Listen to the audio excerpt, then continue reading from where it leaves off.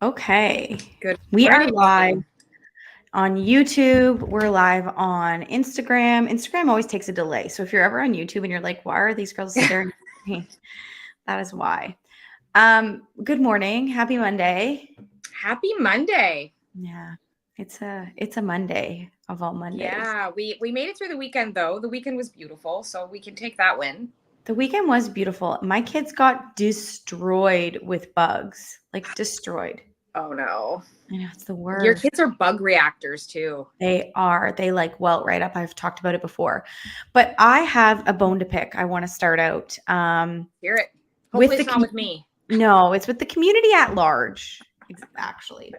Okay, let's hear it. So my bone to pick is we spoke about. So I was actually going to check because our episode where we spoke about exercise and toxic tampons should be up, but I didn't Yeah. get a notification on my podcast app. Did you? No, I don't think I did actually. Okay, so like I'll just have to, tech support that. Right. But one of the things that we spoke about was tampons and tampons being, oh, it's supposed to be up. So we'll see. And there's already plays on it. So maybe we just need to reload our stuff. Anyways, one of the things we spoke about was the study that came out on heavy metals in tampons. Yes. And how this is concerning.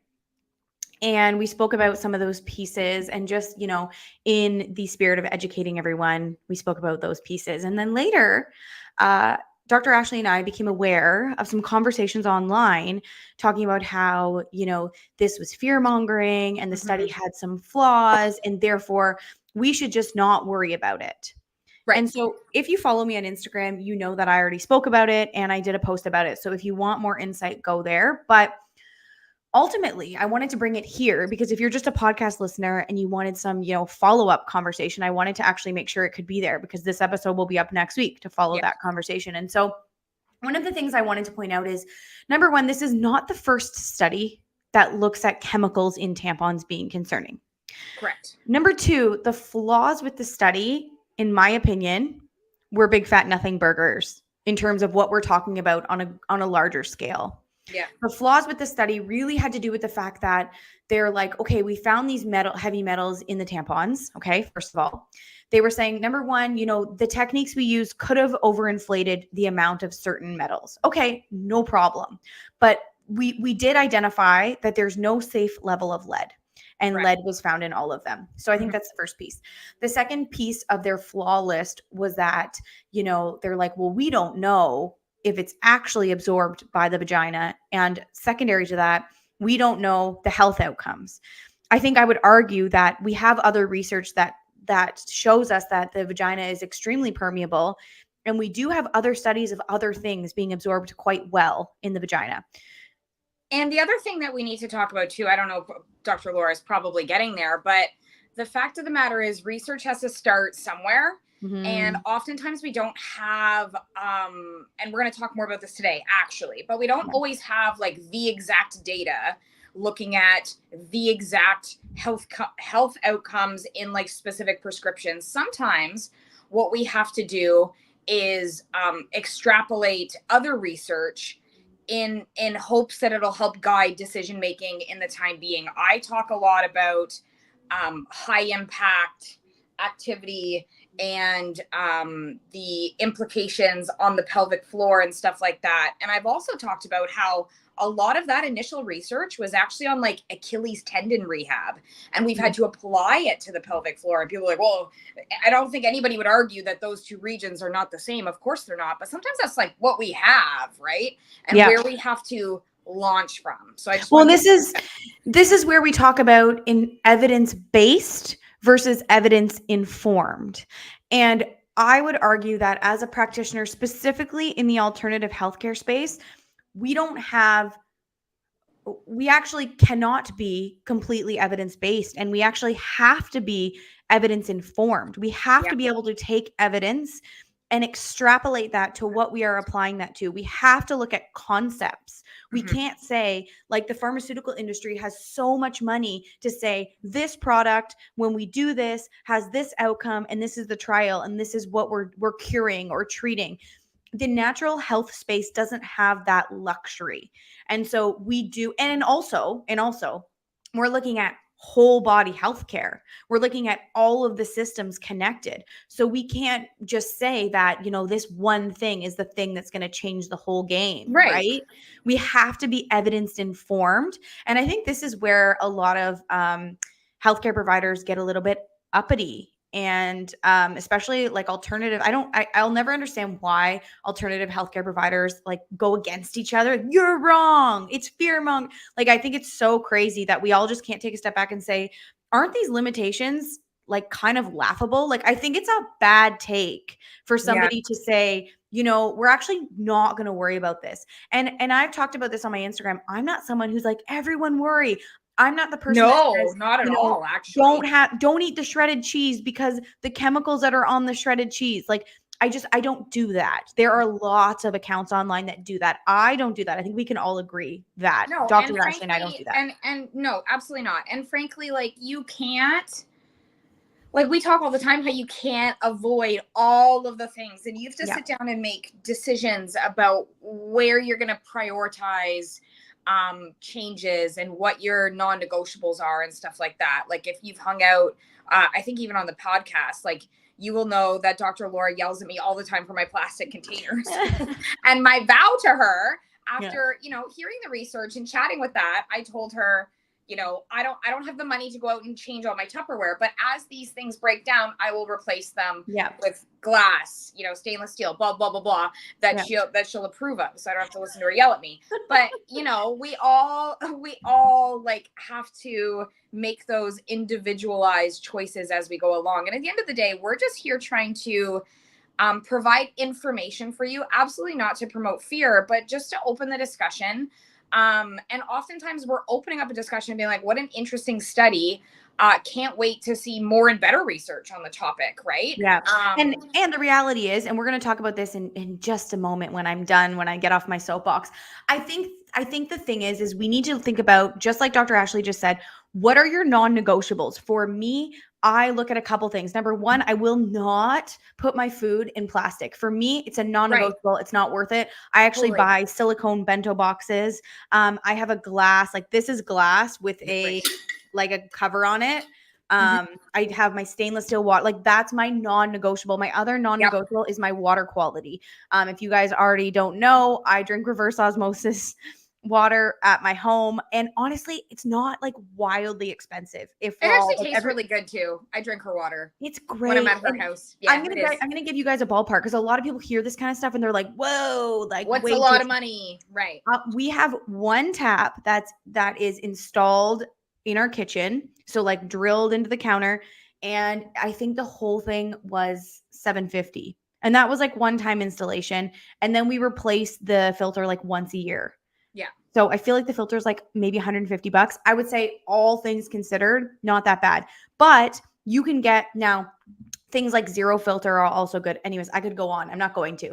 But it's all about the things that you prioritize. For me, I don't wear organic clothes. This is like, I don't know, polyester and probably chemical laden clothes. I just can't justify buying. And then we know that cotton absorbs heavy metals. And where are we now? Where do we Right. Good points. So anyways, you have to think about what your non-negotiable is. We're here to provide information. We're here to have conversations and open up that. And quite frankly, I'm glad we opened up that conversation so that people could come in and give their opinion. But let's move on to today's topic. Absolutely. So today's topic was brought to you by me, actually. So those that don't know, Dr. Laura and I will fire off one another topics that are important to us and patterns that we're seeing in clinical practice. And I chatted on my stories about this yesterday, but something that I'm seeing a pattern of in my practice. And for those that don't know me, I'm a chiropractor in Barrie, Ontario, and I focus on women's health, and I work a lot with the perinatal population. So pregnancy, postpartum, perimenopause, menopause. And what I'm noticing, and I have some personal stake in the game here as well. I'll add that in, but I'm noticing, and factually, women are having babies later in life. Mm-hmm. It is far more commonplace for people to have their first child in their mid to late 30s and into their 40s, right?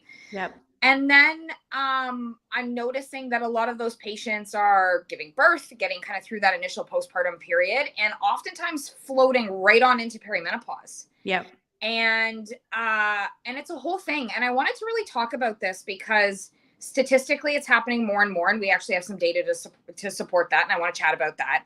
And it also poses some challenges with respect to delaying diagnoses to certain things, delaying access, misdiagnoses, and things like that. So today I really wanted to talk about, why is this potentially happening? What are some of the hormonal implications? What does that mean for diagnosing and testing? And what are some similarities and differences, and actually even some training considerations? Because what I'm loving to see is there's a couple well-known professional athletes that are coming forward that were actually in this exact scenario. And there's been a lot of discussions in a lot of the worlds I live in about this exact topic and how it's affected women training in their 40s and 50s and beyond. So I guess I wanted to start with a little bit of research, and saying caveat to all of this is there's not a ton of direct research that is specifically linking the phenomenon. So there's starting to be some studies and clinical observational data suggesting possible overlaps and contributing factors, but it is a new area of research. Mm-hmm. So it's not real. So it's not real. Don't come at me. But what we can say factually is that children are having babies later in life. Okay, so I pulled up some stats. Children, women are having children later in life. So a study by the National Center for Health Statistics highlighted the rise in the national average of first-time moms in the U.S., which had increased from 24.9 years in the year 2000 to 27.1 in 2019. And crazy. This is just 2019 data, so it's not even that new. So I'd be really curious to see from 2019 to 2024. Yeah. Citing that education, career priority, financial stability, and advances in medical interventions such as IVF being cited as trends or reasons, right? So now there's more interventions to help in the fertility world, right? Versus there might have been couples or individuals before that just kind of couldn't have kids, and we didn't have a lot to support them. It just wasn't happening. Now there's a lot more help in that arena, which is fantastic, but it also lends to more women having babies a little bit later on in their life. Oh yeah. And working in the fertility space, I'm seeing this trend all the time. When I was actually at the fertility clinic, that was a few years ago now. I still treat fertility, but I was seeing couples, older in their late 30s, just starting to have their first, or 41 and starting to have their first. And there's a lot of implications to that. I spoke to a woman last week who was 47 and had a 3-year-old. So I was trying to remember her age, but yeah, she was around 47 and she had just had a 3-year-old. And she's like, I'm going into perimenopause as I'm raising a toddler. Yep. And buckle up. And each situation has their own challenges. I'm certainly very happy for individuals that are able to expand their families and have families. But I think what we need to talk about are, some of the realities of being in this scenario, right? Mm-hmm. So from the respect of hormones, we know that there's certain time in a woman's life where we're going to see some sort of chaotic hormone changes, puberty, pregnancy, postpartum period, and perimenopause, menopause, right? Are kind of some of the spikes. The transitional chaos, if you will. Yes, the transitional chaos, if you will. And this is where we're going to see, obviously, those large changes in estrogen and progesterone. And these shifts can lead to similar symptoms such as, mood swings, sleep disturbances, brain fog, changes in menstrual patterns. But there's certain things that you're going to want to look out for and tease out in different populations, right? So me, I work more in the postpartum space than I do perimenopause and menopause, versus I would say Dr. Laura probably works more in the perimenopause, menopause space, but doesn't ignore the postpartum folks, if you will. Yeah.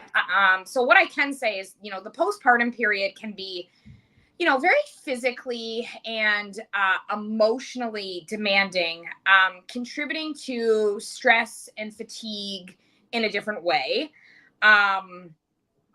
And, having that prolonged stress can start to lead to, things like irritability, anxiety, difficulty concentrating, and things like that.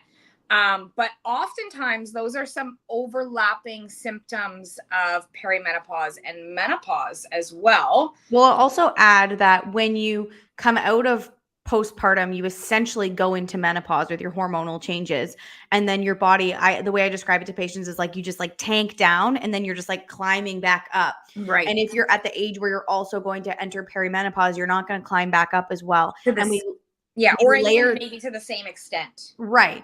And we layer on the fact that this is where these transitional chaos points, we have the combination of your hormonal changes with your immune system. And this leaves you more vulnerable to autoimmune diseases, specifically like Hashimoto's, thyroiditis, and other ones. But Hashimoto's is actually one of the most common ones in women of this age. So all of those symptoms can also be thyroid, autoimmune Hashimoto's. Yeah. And what I can say is I've definitely had patients of my own lost in the healthcare system, specifically with respect to their mental health. Luckily I can think of 2 individuals off the top of my head that were really persistent and were fortunate enough in that they've had other children and they sort of had those postpartum experiences to reflect on. Not to say that they can't be different. Of course they can, but they really advocated for themselves and they're like, no, this is not my baby blues. This is not generally how I am in the postpartum period. And they kept going back to their primary care providers and they kept diagnosing it as postpartum depression, postpartum anxiety.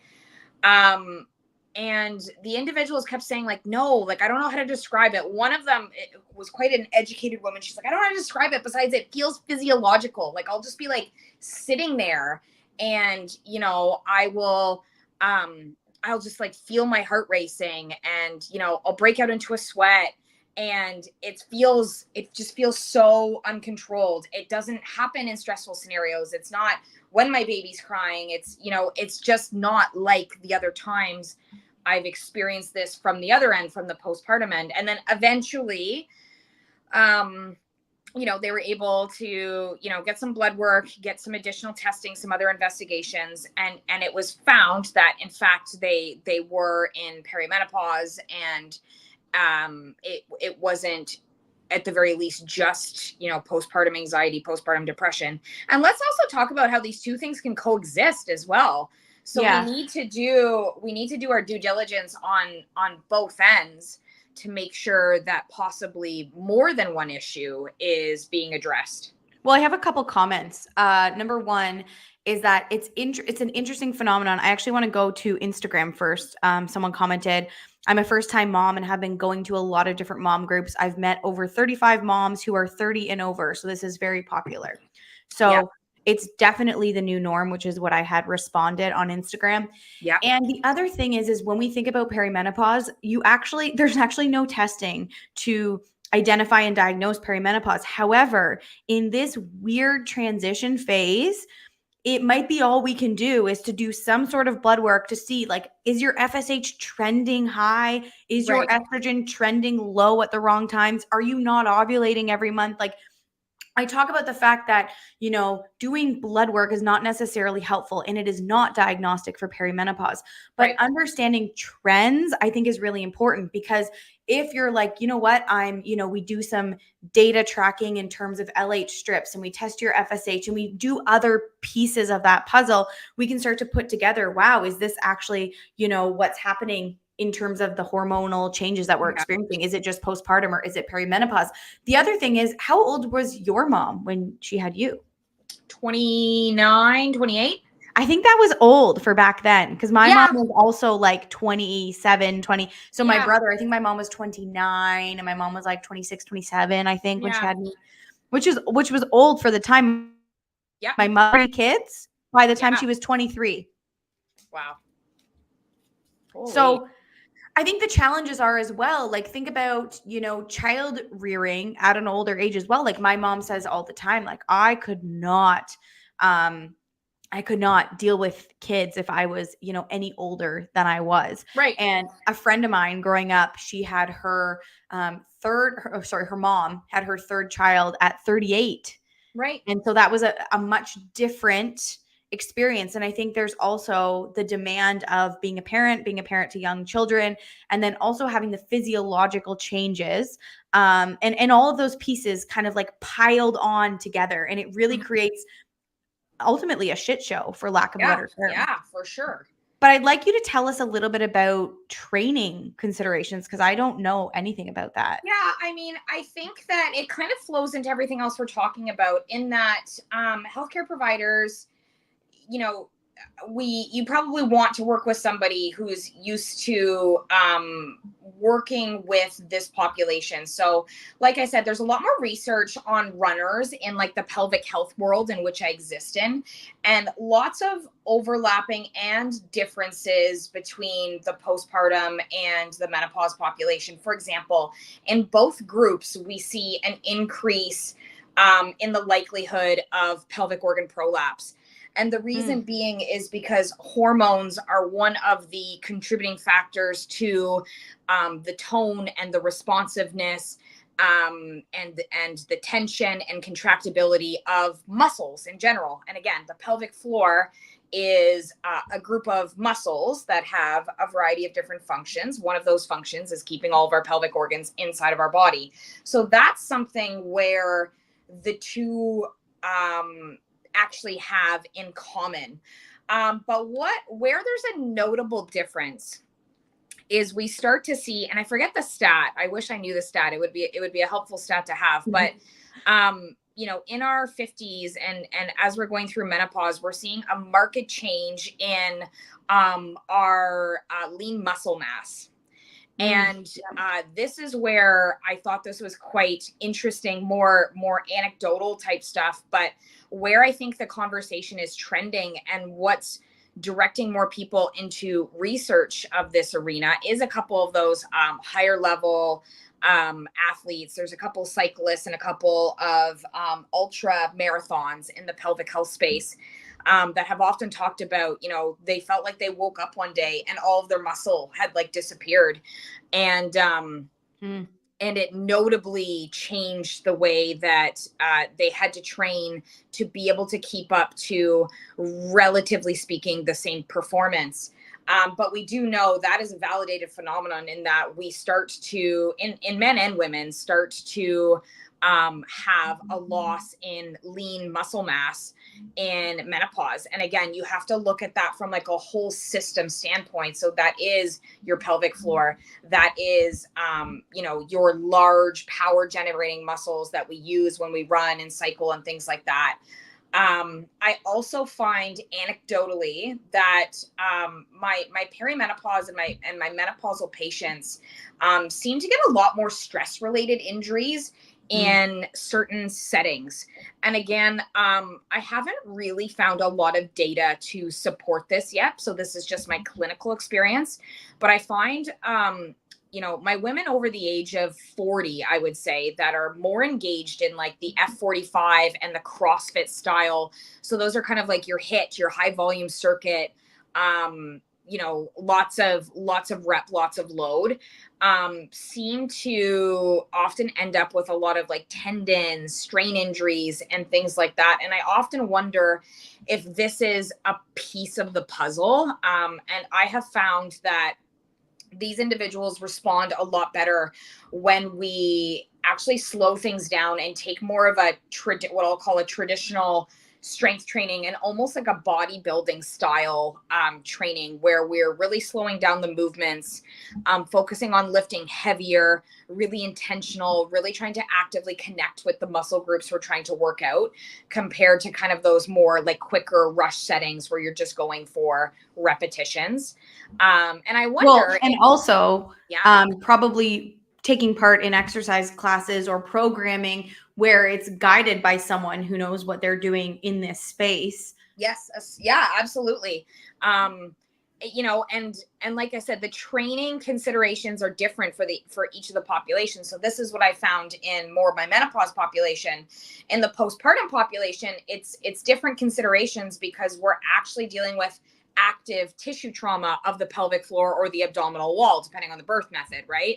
Yeah. So, you know, our training considerations are different because we're dealing with muscles and muscle groups that have been you know, torn or mechanically cut and are healing, and they're at different stages of functional healing, and they cannot generate the same force under the same loads and the same speeds as they were prior to childbirth, right? So again, you want to be working with somebody that can gradually introduce though more of those vertical impact forces that are likely to tax the pelvic floor, the pelvic stabilizing muscles, account for. One of the other things we know training runners, postpartum runners, is they often take on the same gait and mechanics of pregnant runners. So we're just now starting to get more data on women who are running in pregnancy. And what we're finding, many things, but one of which is they don't have a lot of trunk rotation during movements and when they run. And that makes sense if you've worked with this population or you've been pregnant yourself, because babies take up a lot of space. And oftentimes, you know, kind of feels like they're like right underneath your ribs. And it is kind of hard to rotate and move, right? So basically, you know, pregnant runners, they'll often say, I kind of feel like a cylindrical box with legs that are moving, but like nothing else, right? Yeah. So if you're training that population and you're working with women to get back to running in the postpartum period, these are things that you'll want to consider and what you'll want to work on. You'll want to work on things like trunk rotation. You'll want to work on things like unilateral loading of the pelvis. You'll want to work on things like a progressive pelvic floor program that isn't just you laying on your back and doing Kegels, because that is not likely going to translate to those higher loads, right? So these are just some of the training considerations between the two groups, and there's some similarities and there's some differences, and this is obviously my passion area of interest. Yeah. And I think if we also pair on top of the hormonal challenges and the lifestyle pieces, we know that both postpartum and perimenopause are more likely to be more insulin resistant. We know that weight can be a concern. And when you also have those mechanical issues and extra body weight, that can influence the likelihood of injury. And so making sure that we're looking at all of that. We know that as you get into perimenopause, there's digestive changes. We know that there's actually more inflammation, and we see this postpartum as well. You're in an inherently more inflammatory state. This is where that increased autoimmune risk comes in, is because you're in that increased inflammatory state. And so we take all of those things, and we also see the increased breakdown of protein, the increased need of protein. So looking at all of those things, I think are really important considerations as it pertains to exercise and all of the other pieces involved. But more of like a housekeeping piece is, speaking of exercise, I'm actually taking part in Ashley's exercise class for all abilities that starts tomorrow. I am so excited. Yeah. And this is a new one for my business partner and I, but we've done a lot of market research over the summer, and a massive barrier for over 40% of the women that responded in Simcoe County. And, you know, between social media and email marketing, we actually got like hundreds of responses. And so it's like good data to pull from. Childcare, big one. And, you know, from my years of running programs, I know a lot of people are very intimidated by a big strength and conditioning setting. So we kind of wanted to put those things together, and we've created a family inclusive all abilities class. So I'm super excited. I'm going to be bringing all the equipment, the fun programming. People can bring any and all of their kiddos, and we'll keep them entertained and just get a great sweat on together. And now I get to have Dr. Laura with me. It's going to be the best. Yeah, you guys can see how awful I am at all of these things because I haven't been working on it, and that's the point. I haven't sorry, my hair is bothering me so much today. I curled it and the humidity just makes it go like meh. So ruins it's it ruined. all. So anyways, that's why I keep touching it. So sorry for anyone who's watching the video and it's like, why does she keep touching your hair? Because it's bugging me. But I will say, like, I haven't engaged in consistent strength training since before I had kids. Like, I've done it, like, dabbled, I've done it here and there, you know, etc. But I haven't gotten back to it. And the past month, I've done none. So I actually was, when this came up, I was like, you know what a good way to hold myself accountable, to schedule in those pieces of my day. My kids will not be attending. So unfortunately for all of you that won't Totally. And I also respect too, like, you know, in an ideal world, like I wouldn't choose, it wouldn't be my top choice to have my son work out with me. I'm oftentimes dispensing snacks and looking at his tricks and distracted and not able to be as intentional during my workouts. But I'll also be the first person to tell you that's the only way it's going to happen. Right. Yeah. So it's nice to have the option. So we are super happy to include those that are escaping their children to come work out. But you know what? If you got to bring them, that is cool too. So I think it's nice to be able to just schedule that 1 hour at a time. You show up, you do the things, you leave, and there's, you know, no cleanup, no fuss, no mental load associated with it. And I know that that's what I personally need. Yeah. When working out. So that's what I try to give other people, if you will. Yeah. And as a side note, you know, I know when I'm at home and I'm doing my, you know, Pilates or whatever strength training I'm doing at home, my 4.5-year-old pays attention and he comes over and he wants to do the things with me and he'll pick up, you know, the 3-pound weight or the 1-pound ankle weight and say, what do I do with this, mommy? Like they are interested and they want to see it. And I think also Ashley has talked about this before. It's just such a good example for your children to see you moving. So, and my kids watch my husband work out all the time because we have like equipment at our house and that seems to be the easiest when you're at home. But I'm super happy to be doing this program. So for anyone who wants to join, like we start tomorrow morning and it's going to be a thing. And I'm no time to think about it. Just come. Just come. It's like, don't even 1, 2, 3, go, right? Go. 9 a.m. tomorrow, Tuesdays, Thursdays. I only have to miss one over the next 4 weeks. So that's exciting. Which is pretty solid. Go to Dr. Ashley's Instagram. Click on the link in her bio. I've shared it in my stories as well. And it's Push Connect for anybody Push looking. Connect. So register if you have questions. Send either of us a message. If you send me a message, I'll just direct you to where you need to go. Totally. But super excited. So anyways, that's that. This episode will be posted on next Monday. Our episode we chatted about last week is posted now. I double checked. Yeah. So if you haven't given that a listen, if you're like, why was she talking about tampons and all the things today? It's because I'm following up on last week's episode. So take a look at that.